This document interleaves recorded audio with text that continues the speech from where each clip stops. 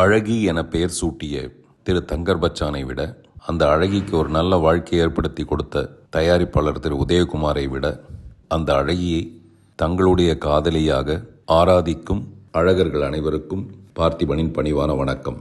பிறந்தபோது வைக்கும் பெயர் வெவ்வேறாக இருந்தாலும், காதல் பிறந்த பின் நம் அனைவர் காதலியரின் பெயரும் ஒன்றேதான், அழகி.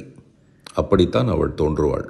அது அவளின் தோற்றம் அல்ல, அது நம் மனதில் உள்ள காதலின் தோற்றம். தோற்றம் மறைவு உடலுக்குத்தான், காதலுக்கு மறைவில்லை, தோற்றம் மட்டுமே.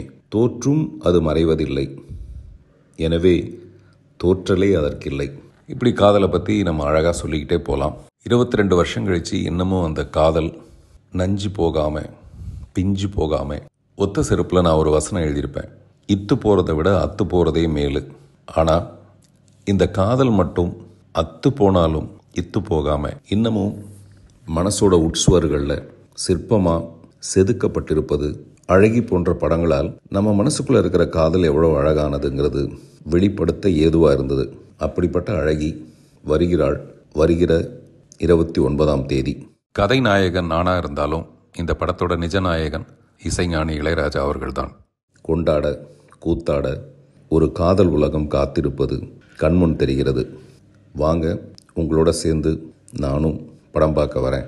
காதலியை பார்க்கறதுக்கு யாருக்கு தான் கசக்கும்?